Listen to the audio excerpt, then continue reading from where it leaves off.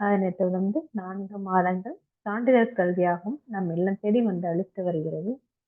இந்த சிறப்பான செய்தியினை நமது உறவுகளிடமும் நட்புகளிடமும் பகிர்ந்து அனைவரும் உடல் நலத்துடன் ஆரோக்கியமாக அமைதியாக வாழ நம்மாலான சிறு உதவியினை செய்வோம்.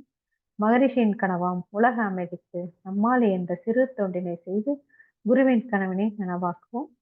மேலும் விவரங்களுக்கு kundaliniyoga.edu.in இணையதளத்திற்கு செல்லவும். வாழ்க வளமுடன். தவத்தினை தொடர்ந்து நமக்கு நாமே பகை என்ற தலைப்பில் சிந்தனை விருந்து வழங்க பேராசிரியர் அருள்நிதி ஷர்மிளா தனசேகரன் அம்மா அவர்களை அன்புடன் அழைத்து அமர்கிறோம். வாழ்க வளமுடன்கம்மா. வாழ்க வளமுடன்மா. கேக்குதாம்மா? கேக்குதுங்கம்மா. வாழ்க வளமுடன். வாழ்க வையகம், வாழ்க வையகம், வாழ்க வளமுடன். குரு வாழ்க, குருவே துணை. நமக்கு இன்றைக்கு மிகச் சிறப்பாக சாந்தி தவத்தை நடத்தி தந்த பேராசிரியர் அருள்நிதி குந்தவை அம்மா அவர்களை வாழ்த்தி மகிழ்வோம். அருட்பேராற்றல் கருணையினால் பேராசிரியர் அருள்நிதி குந்தவை அம்மா அவர்களும் அவர் தம் அன்பு குடும்பமும் உடல் நலம், நீழாயுள், நிறை செல்வம், உயர் புகழ், மெஞ்ஞானம் ஓங்கி வாழ்க வளமுடன். அருள் தந்தை வேதாத்ரி மகிழ்ச்சி அவர்கள் நம்மோடு சூக்மமாக நிறைந்து இன்றைய சிந்தனையை சிறப்பித்து தருவாராக. இன்றைக்கு நாம சிந்திக்கக்கூடிய பொருள் நமக்கு நாமே பகை. இந்த தலைப்பை பார்த்த உடனே எனக்கு என்ன தோணுச்சு அப்படின்னா, நாம எப்படி நமக்கு எதிரியா இருக்க முடியும்? எதிரிங்கிறவங்க வெளியில இருந்து தானே வருவாங்க. எப்படி நமக்குள்ள அந்த பகைவன் இருக்கிறான்? யார் அந்த எதிரி அப்படின்னு யோசிச்சேன். அப்பதான் ஒரு உண்மை புரிஞ்சது. சுவாமிஜி வேதாத்ரி அவங்க சொல்றது 100க்கு 100 உண்மை அப்படிங்கிறது. சுவாமிஜி சொல்வாங்க, உண்மையில் உனக்கு எதிரி உண்டு எனில் உன் உள்ளத்தில் எழும் ஒழுங்கற்ற எண்ணமே. எண்ணத்தை சீரமைக்க ஒரே வழி தியானமே அப்படின்னு சொல்றாங்க. அப்ப எண்ணம் என்றால் என்ன? எண்ணத்தின் வகைகள் என்ன? ஏன் எப்பொழுதும் நேர்மறை எண்ணங்கள் எல்லாருக்கும் உண்டாவதில்லை, எதிர்மறை எண்ணங்கள் தான் பெரும்பான்மையான மக்களுக்கு உண்டாகுது, ஏன் அப்படின்லாம் யோசிச்சேன். சரி, இப்ப முதல்ல எண்ணம் எப்படி உருவாகுதுன்னு பார்ப்போம். 5 புலன்கள் மூலமா பிரபஞ்சத்துல இருக்கக்கூடிய பதிவுகளை முதல்ல நம்ம பருவுடலுக்குள்ளாக பதிய வைக்கிறோம். இப்ப நம்ம எந்த ஒரு விஷயத்த பார்த்தோம்னாலும் சரி, கேட்டோம்னாலும் சரி, ஒரு வாசனையை முகர்ந்தோம்னாலும் சரி, இப்படி நம்ம ஒவ்வொரு புலன்களையும் அந்த பதிவு ஏற்படும். அடுத்ததா இந்த பதிவு மூளையில பதிஞ்சு அதன் பிறகு காந்தத்துல பதிஞ்சு அந்த காந்த பதிவு காந்த மையமாகிய கருமையத்துல பதியுது. அப்ப இந்த பதிவு எந்த அலைவேகத்துல, நம்மளுடைய மன அலைவேகம் பாருங்க, பீட்டா, ஆல்பா, தீட்டா, டெல்டா அப்படிங்கிற நிலையில இயங்குது. அப்ப அது எந்த அலைவேகத்துல ஒரு பதிவை உள்ள அந்த கருமையத்துல பதிய வைக்குதோ, மறுபடியும் அதே அலைவேகத்துல மூளை செயல்படும் பொழுதுதான் உள்ள இருக்கிற அந்த காந்த பதிவை எடுத்து பிரதிபலிக்கும் போதுதான் அதைத்தான் நம்ம என்ன சொல்றோம்? எண்ணங்கள் அப்படின்னு சொல்றோம். அப்ப நம்மளுடைய எண்ணங்களை யார் தீர்மானிக்கிறது? நாம தான் 90% எண்ணங்களுக்கு காரணமா இருக்கிறோம். ஒரு 10% வேணா பிறர் மன தூண்டுதலுக்கு உள்ளாகக்கூடிய எண்ணங்களை எடுத்துக்கலாம். அப்போ நம்ம மூதாதையர் முன்னோர்கள் மூலமா கொண்டு வந்த பதிவுகள், நாம சின்ன வயசுல இருந்து இன்னைக்கு வரையும் சேர்த்து கொண்ட பதிவுகள், இவை எல்லாம் தான் எண்ணமா பிரதிபலிச்சுக்கிட்டே இருக்குது. இப்ப எனக்கு தொடர்ந்து சிக்கல் வருது அப்படின்னு சொல்லி மத்தவங்க மேல நாம அதிகமா அந்த துன்பத்துக்கான காரணத்தை போடுறோம், பழிய போடுறோம். இப்ப நம்ம சுத்தி இருக்கிற நபர்களை கூட எடுத்துக்கலாம். என்னுடைய சிக்கலுக்கு இவங்க தான் காரணம்னு நினைக்கிறோம். ஆனா அது ஒரு முழுமையான தவறான கருத்து. நம்ம ஆராய்ச்சி செய்யும் போதுதான் தெளிவா புரியும். காரணம் என்ன அப்படின்னா, தீது நன்றும் பிறர் தர வாரா. எப்பொழுது நம்மளுடைய செயல்கள் துன்பமா இருக்குதோ அப்பதான் அந்த செயலுக்கான விளைவும் துன்பமா தான் அமையும்.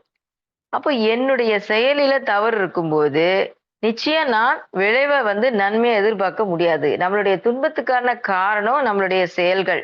முதல்ல நம்ம தெரிஞ்சு வச்சுக்கணும். அப்ப இந்த செயல்கள் நேரடியா நமக்கு துன்பத்தை கொடுக்குதா? இப்போ இந்த செயல் நம்ம நேரடியா செய்யறோமா, இல்ல செயலுக்கும் ஏதாவது மூலம் இருக்குமா அப்படின்னு நம்ம ஆராய்ச்சி செய்யும் பொழுதுதான் அப்பதான் நமக்கு புரியும் எல்லாமே நம்மளுடைய எண்ணங்கள் அடிப்படையா வச்சு இயங்குதுன்னு. இப்ப நடைமுறையில நம்ம எல்லாருக்கும் ஒரு தெரிஞ்ச நபர் வாழ்க்கையில கூட நம்ம பார்க்க முடியும். ஒரு ஒரு எண்ணம் பருவுடல்ல கூட பருவுடல்ல தான் முதல்ல மாற்றத்தை ஏற்படுத்தும். சுவாமிஜி அழகா ஒரு பாடல்ல சொல்லுவாங்க. "எப்பொருளை, எச்செயலை, எக்குணத்தை, எவ்வுயிரை, எவ்வுருவை எவர் ஒருவர் அடிக்கடி நினைந்தால் அப்பொருளின் தன்மையாய் நினைப்போர் ஆற்றல் அறிவினிலும் உடலினிலும் மாற்றம் காணும். இப்பெருமை இயல்பூக்க நியதியாகும்" அப்படின்னு சொல்லுவாங்க. அப்போ நம்ம எதை அதிகமா நினைச்சு அந்த காந்தத்துல பதிவை ஏற்படுத்துறோமோ அந்த பதிவு தான் நம்மளுடைய உருவத்தை, குணத்தை, நம்மளுடைய அறிவையே எதை நினைக்கிறோமோ அதன் பண்பாக மாற்றுகிறது அப்படின்னு சொல்றாங்க.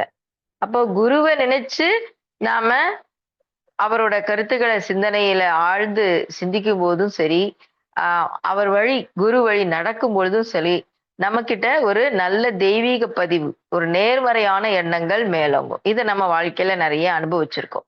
இப்போ நம்ம எல்லாருமே இந்த டார்வினோட தன்மாற்ற சரித்திரம், உயிரின தன்மாற்ற சரித்திரத்தை நம்ம படிச்சிருப்போம்.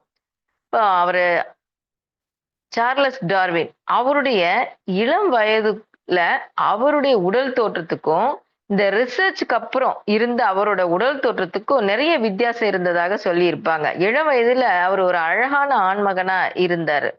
அவர் குரங்கிலிருந்து தான் மனுஷன் வந்தான் அப்படிங்கிற ஒரு ரிசர்ச்சை தொடங்கி அதை சக்சஸ்ஃபுல்லா அவர் கம்ப்ளீட் பண்ணும்போது அவருடைய தோற்றமே குரங்க போல மாறியதாக அவருடைய வாழ்க்கை வரலாறுல ஒரு விளக்கம் இருக்கு. இதுக்கான காரணம் என்ன? ஏன் அவருடைய பருவுடல்ல குரங்கை போல ஒரு மாற்றம் ஏற்பட்டது? எப்படி என்பது ஒரு விளக்கம் அவங்க கொடுக்கும்போது என்ன சொல்றாங்க அப்படின்னா, இவர் குரங்கோடையே அதிகமா பழகி, குரங்க பத்தியே நினைச்சு, குரங்க பத்தியே ஆராய்ச்சியில இரவு பகலாக அதிகமா ஈடுபட்டதுனால, அந்த எண்ணத்தினுடைய காந்த பதிவானது அவருடைய உடல் செல்கள்ல மாற்றத்தை ஏற்படுத்தினது அப்படின்னு சொல்றாங்க. அப்போ ஒரு எண்ணம் உங்க மனசுல வராம நீங்க செயல் செய்யவே முடியாது. இத சுவாமிஜி சொல்றாங்க. அவரவர் வாழ்க்கையினுடைய சிற்பி அவரவர் எண்ணங்களே. அப்போ இந்த எண்ணம் நாம கவனிக்காம யாருக்கும் தெரியாது. யாரும் நான் என்ன நினைக்கிறேன் அப்படிங்கிறத உணர முடியாதுன்னு சொல்லி, நம்ம கேர்லெஸ்ஸா இருந்து பல நெகட்டிவான எதிர்மறை எண்ணங்கள நினைச்சோம் அப்படின்னா, நம்மளுடைய சொல்லும் செயலும் எப்படி இருக்கும்? இதத்தான் சுவாமிஜி சொல்வாங்க. "உள்ளொன்று வைத்து புறமொன்று பேசினால் உள்ளொளி தீயாகி உடலை கெடுத்துவிடும்" அப்படின்னு சொல்வாங்க. அப்ப என் மனதிற்குள்ளாக தான் நான் நினைக்கிறேன்னு சொல்லி நாம அந்த தீய எண்ணங்கள நினைச்சா துன்பம் தான் வரும். "உள்ளத்தால் உள்ளலும் தீதே பிறர் பொருளை கள்ளத்தால் கள்வமெனல்" அப்படின்னு வள்ளுவர் சொல்றார். இப்ப மனதிற்குள் தானே நான் நினைக்கிறேன். அப்ப இந்த எண்ணம் யாருக்கு தெரிய போகுது? நான் மனசுல நினைக்க நினைக்க அந்த எண்ணமே ஒரு நாள் நிச்சயம் என்னை செயல் செய்ய வைக்கும். இல்லைன்னா வான்காந்த பதிவாக மாறி யாராவது ஒருத்தர் அந்த செயலுக்கு செயல் வடிவம் கொடுப்பாங்க. அப்போ மனசுக்குள்ள அந்த தீய எண்ணத்தை நினைக்க நினைக்க அந்த காந்த பதிவு அதுக்கான ஒரு செயல் உருவத்தை நம்ம உடம்புக்கு கொடுத்துருது. அப்போ நம்ம எப்படி ரியாக்ட் பண்ணுவோம் அப்படின்னா, இப்போ ஒரு விஷயம், ஒரு பொருள் நம்ம கண் முன்னாடி இருக்குன்னு வைங்களேன். உதாரணத்துக்கு இப்போ ஒரு அழகான பொருள் இருக்கு. அத திருடலாம் அப்படின்னு நம்ம ஃபர்ஸ்ட் நினைக்கிறோம். மனசுல தானே நினைக்கிறோம். அடுத்த நிமிஷம் நம்ம மனசு சொல்லுது, இது தப்பு, நம்ம செய்யக்கூடாது அப்படின்னு சொல்லுது. அப்போ அந்த செயல நம்ம செய்யல. ஜஸ்ட் மைண்ட்ல தான் இருக்கு.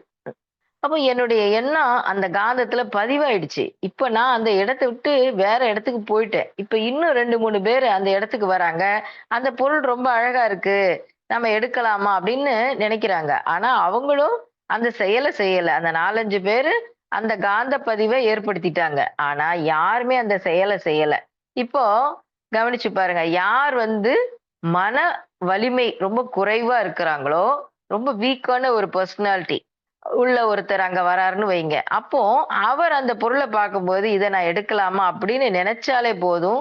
இதுக்கு முன்னாடி நினைச்சவங்களுடைய எண்ணம், அந்த காந்த பதிவானது இந்த வீக் பெர்சனாலிட்டி பெர்சன் இருக்காரு இல்லையா? இவருக்குள்ள ஊடுருவி, இவருடைய எண்ணத்துக்கு வலு சேர்த்து, இவர நிச்சயம் அந்த செயல செய்ய வைக்கும். இதத்தான் "உள்ளத்தால் உள்ளலும் தீதே பிறர் பொருளை கள்ளத்தால் கள்வோமெனல்ன்னு" சொல்றாங்க. அதாவது நான் மனசுல நினைச்சேன். ஆனா செயல் செய்யல. நீங்க தப்பிக்க முடியாது. நான் மனசுல தானே நினைச்சேன். நான் செயல் செய்யலையே அப்படின்னு சொல்லி நம்ம தப்பிக்க முடியாதாம். அப்போ நம்ம மனசுல நினைச்சாலே என்ன நீங்க செய்யலைன்னாலும் வேறு யாராவது ஒருத்தர் நிச்சயம் அந்த செயலை செய்வார். அப்படி அவர் செய்யும்போது அதற்கான விளைவும் நம்மையும் சேரும். அப்ப எந்த அளவு இந்த எண்ணம் சமுதாய பதிவாக மாறுது அப்படிங்கிறத இதுல இருந்து நம்ம தெரிஞ்சுக்க முடியும். அப்ப இந்த எண்ணம் முதல்ல தீமை ஆக ஆக என்னுடைய உடல் சார்ந்த செயல்கள்ல சிக்கலை கொடுத்துக்கிட்டே இருக்கும்.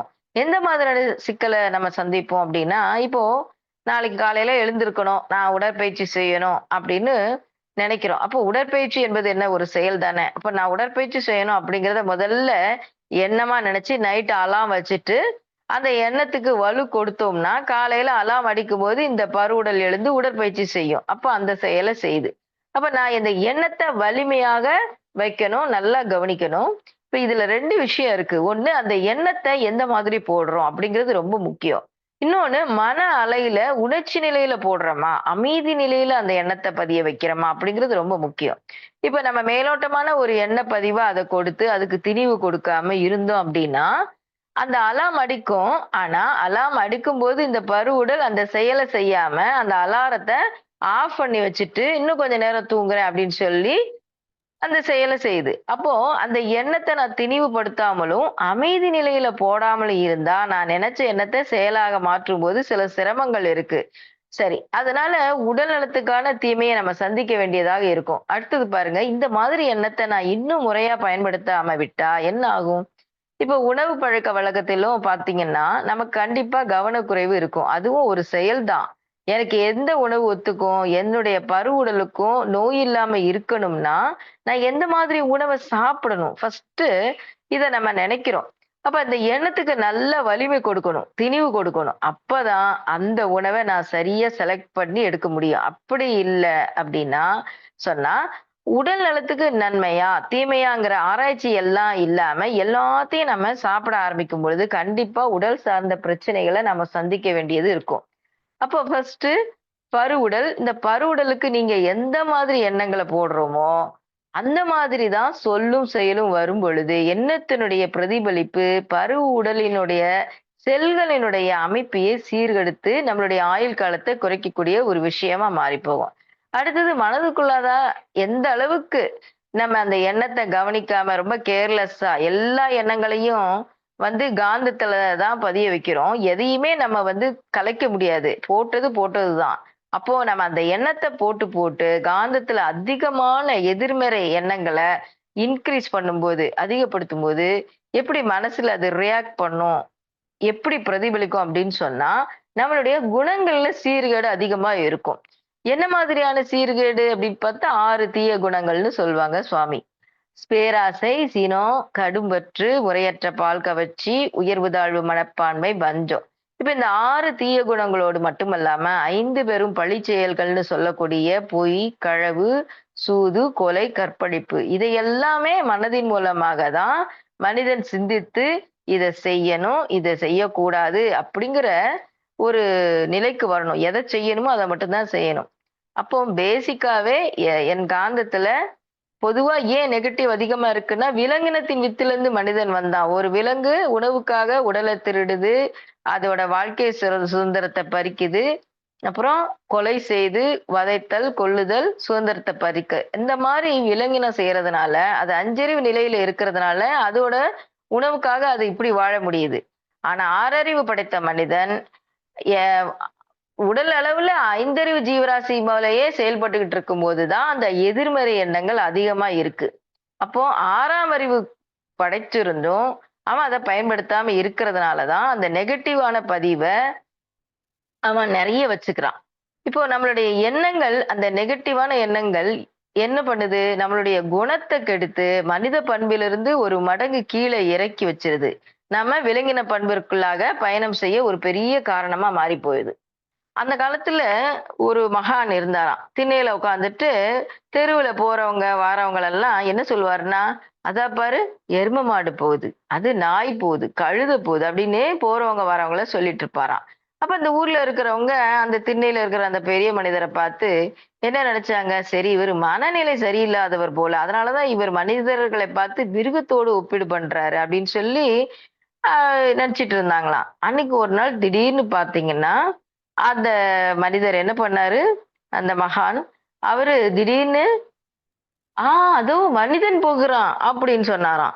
யாருன்னு எல்லாரும் திரும்பி பார்த்தா, அங்க வள்ளல் பெருமான் நடந்து போயிட்டு இருந்தாராம். சொன்னது யாருன்னு பாத்தீங்கன்னா சேஷாத்ரி சுவாமிகள். அப்போ அவருக்கு அந்த மனிதன் போறான்னு சொல்லும்போது அந்த தோற்றம் அதாவது தோற்றம் மனிதனை முடிவு செய்வதல்ல, அவனுடைய குணங்கள் தான் முடிவு செஞ்சு அப்போ நம்மளுடைய குணத்தினுடைய சீர்கேடு தான் மனிதன் என்ற பண்பிலிருந்து விலங்காக நம்மை மாற்றுது அப்படின்னா அதுக்கான முக்கிய காரணம் நம்மளுடைய எண்ணங்கள் தான். அப்போ வள்ளலார் தான் அவருக்கு மனிதராக மாமனிதராக தெரிஞ்சிருக்கிறார். அப்ப குணங்கள் தான் ஒரு மனிதனை தீர்மானிக்குது. இப்ப அந்த எண்ணம் தான் நம்மளுடைய குணத்தையும் கெடுக்குது, தீய எண்ணம். அப்ப அந்த தீய எண்ணங்களுக்கும் அது காரணமா மாறுது. அடுத்து 3வது ரொம்ப முக்கியமான விஷயம், அந்த காந்த பதிவு நம்ம பரு உடலோடு முடியறது இல்லைங்க. நம்ம பரு உடல்ல தாண்டியும் விரியுது. அதத்தான் ஆம் என்ன சொல்றாங்க சுவாமிஜி, நம்ம அந்த எண்ணம் விரியுது, திரும்ப பிரதிபலிக்குது. அப்போ நம்ம கிட்ட பழகுறவங்களுக்கும் நமக்கும் இருக்கக்கூடிய நட்புறவுக்கும் ஒரு பாதிப்பா மாறுது. ஏன்னா இந்த தீய எண்ணம். இப்ப இந்த காந்தத்துல பதியும் பொழுது இந்த காந்தம் 5 பண்புகளை உடையது. என்ன பண்புகள் அப்படின்னு பார்த்தா இந்த காந்தம் பிறரோட காந்தத்தோட மோதக்கூடிய பண்பையும் பெற்று இருக்குது. அப்போ ஊடுருவக்கூடிய பண்பையும் பெற்று இருக்குது, பிரதிபலிக்குது, அப்புறம் சிதறுது, 2க்கும் இடையே ஓடக்கூடிய பண்பும் அதுக்கு இருக்கு. அப்ப இந்த நெகட்டிவான ஒரு காந்த பதிவை அதிகமாக ஏற்படுத்தி இந்த காந்தம் மத்தவங்களோட மோதும்போது அவருக்கும் நமக்கும் இருக்கக்கூடிய இந்த இணக்கத்தை சீர்குலைக்க செய்யும். இப்ப குறிப்பா பாத்தீங்கன்னா கணவன் மனைவி உறவிலையும் சரி, நம்ம ஒர்க் பண்ற இடத்துலயும் சரி, நம்மளுடைய காந்தத்துல எந்த அளவுக்கு அந்த நெகட்டிவ் எண்ணங்கள் இருக்கோ, எந்த அளவுக்கு அது தீமையான எண்ணமா இருக்குதோ அந்த அளவுக்கு நட்புறவில இணக்கம் இருக்காது. அதுல நிச்சயம் பாத்தீங்கன்னா கருத்து வேறுபாடுகள் அடிக்கடி வரத்தான் செய்யும். 4வது ரொம்ப முக்கியமான விஷயம், இந்த எண்ணத்தினுடைய சீர்கேடு தான். கருமைய களங்கமா மாறுது. முறையற்ற எண்ணங்கள் நாம எந்த அளவு நினைக்கிறோமோ அந்த அளவுக்கு கருமையத்தினோட பாவத்தோட எண்ணிக்கை கூடிக்கிட்டே இருக்குங்க.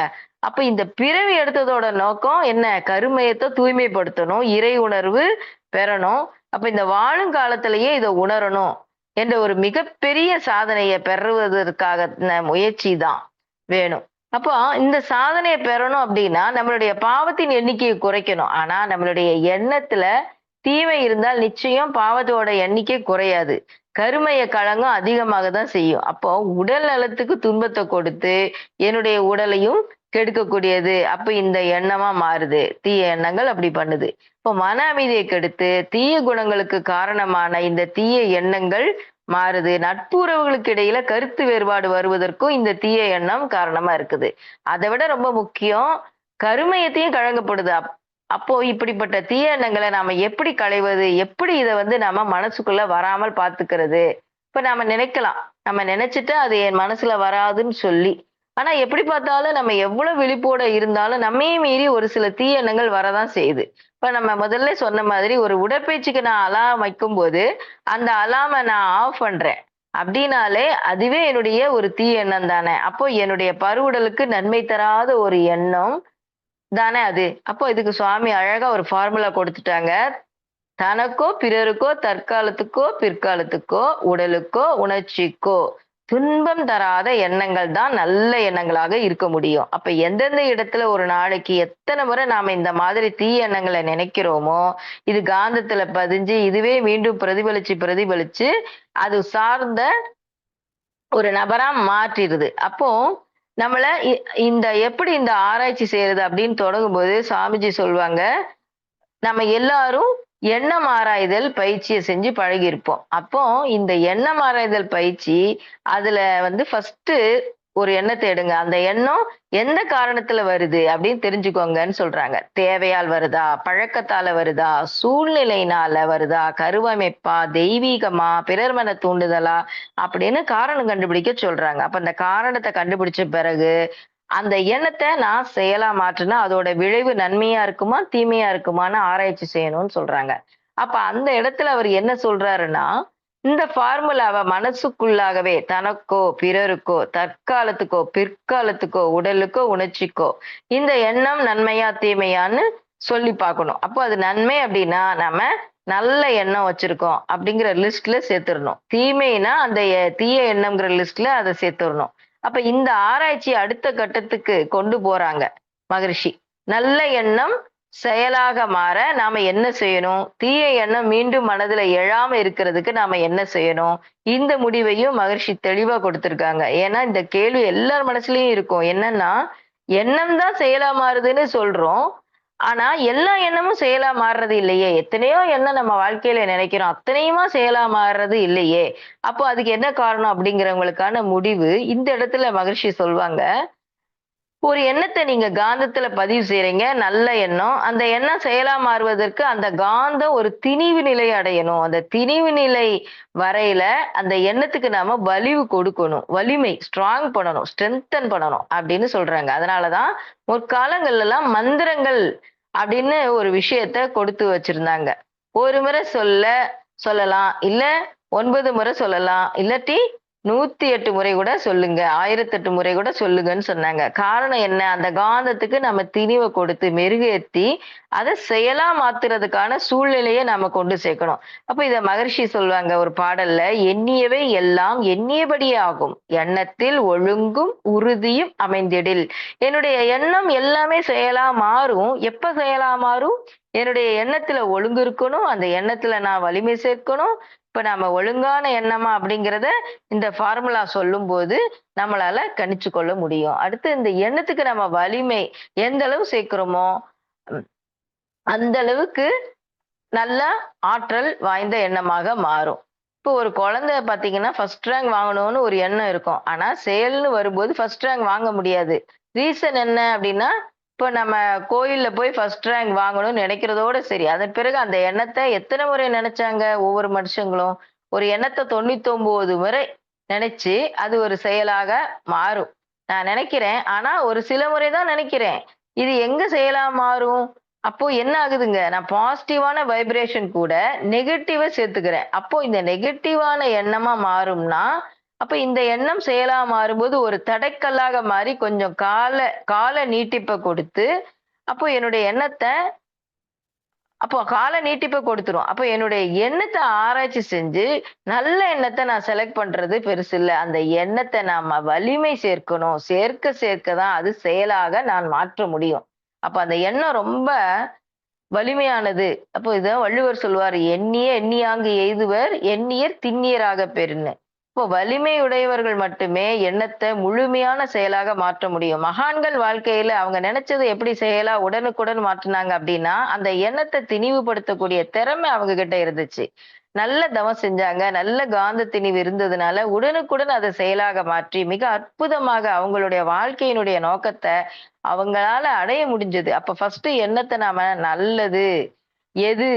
தீயது எது? அப்படிங்கிறத கண்டுபிடிக்கிறதுக்கு பெரிய விஷயம் இல்லங்க. அந்த கண்டுபிடிச்ச பிறகு அந்த எண்ணத்த செயலாற்றுவதற்கான முயற்சி எப்படி செய்றோம்? அப்படிங்கிறது தான் ரொம்ப பெரிய விஷயம். அப்ப இந்த எண்ணம் நம்ம ஃபார்முலா சொல்லி பார்த்தோம். இப்ப இந்த எண்ணம் வந்து கொஞ்சம் தீமையா இருக்கு. அதாவது தனக்கோ, பிறருக்கோ, தற்காலத்துக்கோ, பிற்காலத்துக்கோ அப்படிங்கிற ஒரு ஃபார்முலாக்குள்ள அது அடங்கல அப்படிங்கும்போது, அந்த எண்ணத்த மனசுக்குள்ள மீண்டும் வராமல் இருப்பதற்கான நம்ம முயற்சி எடுக்கணும். அப்படி இல்லன்னா இந்த எண்ணமும் செயலாம் ஆகலாம். அப்போ அதுக்கு நாம என்ன செய்யறது? தீயதுன்னு தெரியுது. மனசுக்குள்ள வருது. அந்த தீயதுன்னு தெரியக்கூடிய அந்த எண்ணம், நான் வேண்டான்னு நெனச்சாலும் மீண்டும், மீண்டும் அந்த காந்த பிரதிபலிப்பு காரணமா வந்துட்டே இருக்கு. அப்போ சுவாமிஜி தான் ரொம்ப கரெக்ட்டா சொல்வாங்க. வேண்டாத ஒரு விருந்தாளி வராங்கன்னு வைங்க. நம்ம முகம்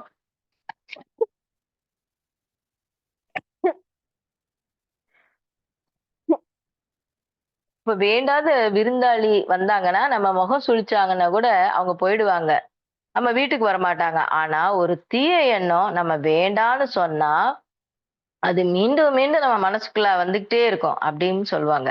அப்போ இதுக்கான டிப்ஸ் என்ன அப்படின்னா, அந்த எண்ணம் மீண்டும் மனசுல எழுச்சி பெறாம இருக்க என்ன செய்யணும் அப்படின்னா, அந்த தீய எண்ணம் வரும்போதெல்லாம் வேற ஒரு நல்ல எண்ணத்த நாமா விரும்பி ஏற்கணும். இப்ப உதாரணத்துக்கு ஒரு தீய எண்ணம் வருது. ஒரு சுகர் பேஷண்ட் இருக்காரு. அவருக்கு ரொம்ப இனிப்பு சாப்பிடணும்னு ஆசை இருக்கு. அப்ப அந்த இனிப்ப சாப்பிடணும் அப்படிங்கிற ஒரு எண்ணம் வரும்போதே, அந்த இனிப்பால் எனக்கு என்னென்ன தீமை உண்டாகுது? என்னுடைய உடல் எப்படி கெட்டுப் போகுது? அப்ப இந்த இனிப்பு நான் அவாய்ட் பண்ணணும் அப்படிங்கிற எண்ணத்தையும் கூட போடும்போது, அந்த எண்ணம் வரும்போதெல்லாம் இந்த எண்ணமும் நம்ம கூட இன்னொரு எண்ணம் போடுறோமே, அதோட தீமைய பத்தின விஷயங்கள். அப்போ அந்த எண்ணத்தையும் கூடவே போடும்போது, அப்போ வலிமை சேர்க்கும். அப்போ அந்த எண்ணத்த தடுக்கும். இனிப்பு சாப்பிடணும் அப்படிங்கிற எண்ணத்தை தடுத்துரும். இப்ப நம்ம முற்காலங்கள்ல நம்முடைய பாட்டிமார்கள்லாம் அந்த காலத்துல கதைகள்லாம் கேட்டிருப்போம். இப்போ ஒரு சின்ன நுணுக்கம் அதுல இருக்கும். பாட்டி என்ன பண்ணுவாங்கன்னா, ஒரு ஊர்ல இருந்து இன்னொரு ஊருக்கு போகும்போது ஏதாவது ஒரு விஷயத்த அந்த பாட்டி வீட்ல என்ன சொல்லுவாங்க, மத்தவங்க இந்த வீட்ல அத சொல்லிருங்க, அந்த வீட்ல இந்த விஷயத்த சொல்லிருங்கன்னு ஒவ்வொருத்தரா சொல்லி விடுவாங்க. அப்ப அந்த பாட்டி என்ன பண்ணுவாங்கன்னா, நான் இத மறந்துட்டேன்னா என்ன செய்றதுன்னு சொல்லி, அப்படியே முந்தானையில முடிச்சு போட்டுட்டு வைப்பாங்களாம். அப்ப அந்த முடிச்சு போட்டு வச்சுட்டு, அந்த பாட்டி அந்த விஷயத்த மறந்துடுவாங்க. ஆனா பாட்டி ஊருக்கு போயிட்டு எதார்த்தமா முந்தானைய எடுத்து பார்த்தாங்கன்னா, அந்த முடிச்ச பார்க்கும்போது, அவங்களுக்கு அந்த எண்ணம் நினைவுக்கு வரும். இத மகரிஷி சொல்வாங்க, "ஒரு எண்ணத்தோடு இன்னொரு எண்ணத்த முடிச்சு போட்டு இணைத்தல் இதுதான்." அப்ப அதாவது ஒரு தீய எண்ணம் வரும்போது, அந்த தீய எண்ணத்தோடு வேற ஒரு நல்ல எண்ணத்த இணைக்கணும். இதத்தான் பதஞ்சலி முனிவர் விதர்க்க பாவனை பிரதிபட்ச் பாவனம். அதாவது தீமையை தவிர்க்க நல்லதை விதையுங்கள் அப்படின்னு சொல்றார். இப்ப நம்ம என்ன பண்ணணும் அப்படின்னா, ஒரு தீய எண்ணம் வருது. அது நமக்கு தீமைன்னு தெரியுது. உடனே நம்ம என்ன பண்ணலாம்? ஒரு வாழ்க வளமுடன் அப்படிங்கிற வார்த்தைய நம்ம தொடர்ந்து சொல்லிட்டே இருக்கலாம். அப்ப அந்த காந்த பதிவு என்ன பண்ணும்? அடுத்து என்ன பண்ணலாம்னா, ஒரு சங்கல்பம் சொல்லலாம். அருட்காப்பு சொல்லலாம். அப்ப நம்ம பிடிச்ச ஒரு மகானை அவரோட நம்ம மகர்ஷிய கூட நம்ம நெனச்சு, சுவாமி முகத்தையே நம்ம நினைக்கலாம். தொடர்ந்து நினைக்கும்போது, இந்த எண்ணத்துக்கு பதிலா நம்ம நல்ல காந்த பதிவ போடுறோம்.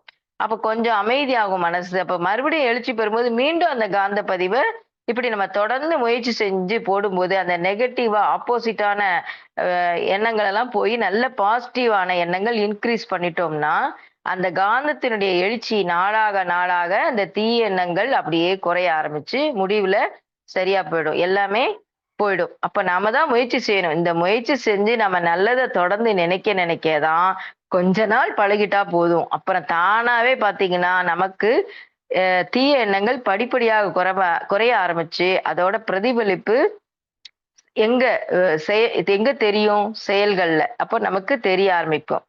அப்ப நல்ல செயல்கள், நல்ல எண்ணங்கள் வரும்போது, அப்போ நமக்கு பாசிட்டிவான எண்ணங்கள் வரும்போது, நல்ல விதமான விளைவும் வரும். இப்ப நம்ம வாழ்க்கையில நடக்கும். எப்பவுமே தனிமையில இருக்கிறோம் அப்டின்னா, நம்ம அந்த நெகட்டிவான எண்ணங்கள் இருக்குது அப்டின்னா, ஒரு மாரி ஃபீலிங் வந்துட்டே இருக்கும். அப்ப நம்ம பாதைய மாற்றக்கூடியதாக மாறும். அப்ப இந்த இடத்துல சுவாமிஜி சொல்லக்கூடிய அந்த விளக்கத்த நம்ம ஆழமா புரிஞ்சு கொள்ளணும். அப்ப இறை சக்தி தான் நமக்குள்ளயும் இருக்கு, நமக்கு வெளியிலயும் இருக்கு. அப்போ ஒரு எண்ணத்த போடும்போதே, இந்த எண்ணம் தான் சொல்லா, செயலா மாறுது. அப்ப செயல் தான் ஒரு விளைவ கொடுக்குது. அப்ப அந்த விளைவு எனக்கு இன்பமாகவும், துன்பமாகவும் வருது. அப்போ இன்பம் வேணும் அப்படின்னு சொன்னா, நான் தேர்ந்தெடுத்த நல்ல எண்ணங்கள நினைக்கணும். இதத்தான் ரொம்ப அழகா சொல்வாங்க. நிம்மதி, நிம்மதி உங்கள் சாய்ஸ்ன்னு சொல்வாங்க. இப்போ வாழ்க்கையில இன்பம் வேணுமா, துன்பம் வேணுமாங்கிறத நம்ம கையில தான் இருக்குங்க. அப்ப இறைநிலை கொடுத்திருக்கு. எல்லாமே.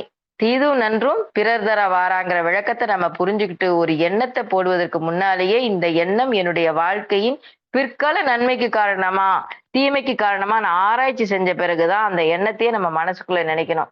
அப்ப இந்த இடத்துல நம்ம தெளிவா தெரிஞ்சுக்க வேண்டிய ஒரு விஷயம் என்னன்னா, எல்லாமே காந்தத்தினால தான் இயங்குது. காந்தம் இல்லாத இடமே இல்ல. இப்ப நான் நினைக்கிற விஷயம், என்னுடைய ஜீவகாந்தத்துல பதிஞ்சு, வான்காந்த பதிவோட தொடர்பு கொண்டு செயலா மாறுது. அப்ப நான் எப்பொழுதும் இறை தொடர்போடு இருக்கிறேன்.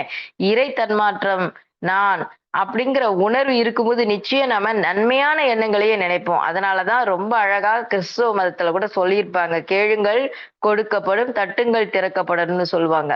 அப்ப என்னுடைய எண்ணத்தின் மூலமா நான் பிரபஞ்சத்தோட தொடர்பு கொண்டு, என்னுடைய தேவைய நான் பூர்த்தி செய்து கொள்றேன். அப்படிங்கும் பொழுது, எது தேவைங்கிறத நான் முடிவு செஞ்சு, அதற்கான எண்ணங்கள நான் நினைக்கணும். அப்போ எண்ணம், சொல், செயல் தொடர்பு இருக்குது பாருங்க. அத உணர்ந்து எண்ணத்த சரி செஞ்சு, எண்ணம் ஆராய்தல் பயிற்சிய நாம முறையாக செய்யணும். அப்ப இது ஏதோ வாரத்துக்கு 1 நாள், மாசத்துக்கு 2 நாள் அப்படிலாம் இல்ல. க்ஷணத்துக்கு க்ஷணம் ஒவ்வொரு செகண்ட்லயும் அந்த எண்ணம் வரும்போதெல்லாம் ஆராய்ச்சி செஞ்சுட்டே இருக்கணும். இப்ப இந்த பயிற்சிய நம்ம செய்யும்போது, அந்த எண்ணத்துல இருக்கக்கூடிய தீமைய தகர்த்துறலாம். எப்படி ஒரு பானையில இருக்கிற காத்த வெளிய எடுக்கணும்னா, தண்ணி ஊத்துனோம்னா, அந்த அந்த காத்து வெளியேறுதோ, அதே போல தீமைய வெளிய எடுக்கணும்னா, நம்ம நல்லதை போட்டாலே போதும். தீமை தானாக வெளிய வர ஆரம்பிச்சுடும். இப்ப நம்ம இத உணர்ந்து இத விட மிகச் சிறப்பாக இறை சக்தியோட நம்ம தொடர்புல இருக்கிறோம். அப்ப அந்த வான்காந்தம் நமக்கு எப்பவும் சப்போர்ட் பண்ணுங்கிற ஒரு உணர்வோடு இருந்தோம் அப்டின்னா, இந்த பயிற்சி நமக்கு ரொம்ப ஈஸியா இருக்கும். அப்போ என்னுடைய ஒவ்வொரு எண்ணத்தையும் நாம தூய்மை செய்துகிட்டே இருக்கணும். அப்போ செயலும் தூய்மையா இருக்கும். விளைவும் மிகவும் நன்மையாக இருக்கும். நமக்கும் நல்லதாய், ஊருக்கும் நல்லதாய், எப்பொழுதுமே அது நன்மையான விளைவை கொடுக்கும். அப்போ நாள்தோறும் தவம் செய்யணும், தற்சோதனை செய்ய வேண்டும், அற வாழ்க்கை வாழ வேண்டும், சத்சங்க தொடர்பு வேண்டும். அப்ப நல்லோர் இணக்கம் இருக்கும் பொழுது, அந்த நல்ல அலை இயக்கம் இருக்கும் பொழுது நமது எண்ணம், சொல், செயல் யாவும் தூய்மையா இருக்கும். அப்போ நாமே நமக்கு நண்பனாக இருப்போம். நம்மளது எண்ணங்கள் தூய்மையா இருக்கும்போது நமக்கிட்ட இருக்கிற அந்த பகை உணர்வு போய் எப்பொழுதும் ஒரு நட்புணர்வோடு இருப்போம் என்று கூறி, வாய்ப்பளித்த அன்புள்ளங்கள் அனைவரையும் வாழ்க வளமுடன் என்று வாழ்த்தி நிறைவு செய்கின்றேன். வாய்ப்பளித்த அன்புள்ளங்கள் அனைவரையும் வாழ்க வளமுடன் என்று வாழ்த்தி நிறைவு செய்கின்றேன். நன்றி. வாழ்க வளமுடன். வாழ்க வளமுடன்ங்கம்மா. நல்லது, ஒரு அருமையான சிந்தனை உரையம்மா. நமக்கு நாமே பகை, நமக்கு நாமே பகை நாம தான். காரணம் நம்முடைய எழும் எண்ணங்கள் தான். அவரவர் வாழ்வின் சிற்பி அவரவர் எண்ணங்களேன்னு சுவாமிஜி சொல்ல மாதிரிதான் நம்முடைய எண்ணங்கள் தான் நம்முடைய பகை. அந்த எண்ணத்தை எப்படி மாற்றலாம்? நம்முடைய குருவின் உதவி கொண்டுதான். வேற யாரும் செய்ய முடியாது. நம்ம தான் ஒரு குருவின் தொடர்பை ஏற்படுத்தி கொண்டு குருவையே நம் மனது முழுவதும் உருவப்படுத்தி கொண்டு குருவின் உருவத்தையே நாம் நேர்த்து கொண்டே இருந்தால் அவரவர் எண்ணம் அவரவர் குருவின் எண்ணம் போல் நல்ல ஒரு வாய்ப்பாக நல்ல விதத்தில் நம் வாழ்க்கையை மாற்றும். குருவின் தொடர்பு இருந்தால் நம்முடைய வாழ்வு நல்லதாக. அம்மா நல்ல கருத்துக்களை சொன்னாங்க. அருமையம்மா. வாழ்க வளமுடன். இன்றைக்கு மிக சிறந்த முறையில் நமக்கு சிந்தனை உரை வழங்கிய பேராசிரியர் வாழ்த்தவும், பேராசிரியர் அருள்நிதி ஷர்மிளா தனசேகரன் அம்மா அவர்களும் அவர் தம் அன்பு குடும்பமும் அருட்பேராற்றல் கருணையினால் உடல்நலம், நீளாயுள், இறை செல்வம், உயர்ப்புகள், மெய்ஞானம் ஓங்கி வாழ்க வளமுடன். வாழ்க வளமுடன். வாழ்க வளமுடன் அம்மா. மிக்க நன்றி அம்மா. நன்றிகள் அம்மா. வாழ்க வளமுடன். ஸ்கை ஆன்லைன் மெடிடேஷன் தினசரி நிகழ்வுகள் பற்றிய அறிவிப்புகள். காலை 5 மணிக்கு மகரிஷியின் பாடல்கள், காலை 5:30க்கு தவம், தொடர்ந்து 6 மணிக்கு வீடியோ ஆடியோவில் உடற்பயிற்சி வகுப்பு இடம்பெறும். அதை பார்த்து கொண்டே நாம் செய்யலாம். மாலை 6 மணிக்கு மகரிஷியின் பாடல்கள், மாலை 6:25க்கு மாலை காயக்கல்பம், மாலை 6:30க்கு தவம், மாலை 7 மணிக்கு சிந்தனை, மாலை 7:30க்கு உலகநலவாழ்வு நிறைவு. பிறகு சனி மாலை தவத்தினை தொடர்ந்து மாலை 7 மணி முதல் 7:30 மணி வரை ஐயம் தெளிதல் நிகழ்வு நடைபெறும்.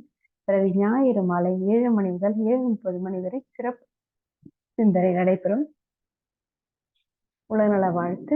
உலகமெல்லாம் பருவமழை ஒத்தபடி பெய்யட்டும், உழவரெல்லாம் தானியத்தை ஓப்புடனே பெருக்கட்டும், பல தொழில்கள் பொறுகின்ற பாட்டாளி உயரட்டும், பகுத்துணர்வில் தொகுத்துணர்வு பண்பாட்டை உயர்த்தட்டும், கலகங்கள் போட்டி பகை கடந்தாட்சி நடக்கட்டும், கல்லாமை கடன்வதனை கலங்கங்கள் மறையட்டும், நலவாழ்வை அளிக்கும் மெய்ஞான ஒளி வீசட்டும், நம் கடமை அறவாழ்வின் நாட்டத்தே சிறக்கட்டும், நம் கடமை அறவாழ்வின் நாட்டத்தே சிறக்கட்டும், நம் கடமை அறவாழ்வின் நாட்டத்தே சிறக்கட்டும்.